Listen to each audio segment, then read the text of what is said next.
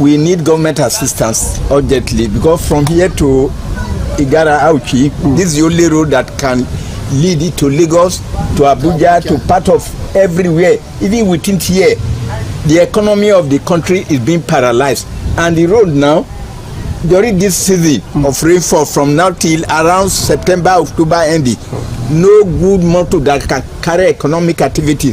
So therefore, we appeal to the federal government that Minister of Work through the President of the country to come to the aid of this Auchi-Igarra-Ibillo road for urgent rehabilitation. The road no good, Oga, make them help us. Our road no good. If motor dey pass here, they just dey bust tire, and so they fall. Two motor dey fall. The morning, the afternoon reach evening, motor dey fall. Our road no good though. Small place where they just dey pass. Now person copper, now they see they pass now. I beg go make they help us do road though. Now look God help us. If you just carry the goods, you go. Sometimes we feel sleep for almost 1 week. I feel a big truck. Because some go follow from Akure, enter below before they feel come out for here. That's where they go swear to come before they come out. Do you know? Go make them try, make them do it for us.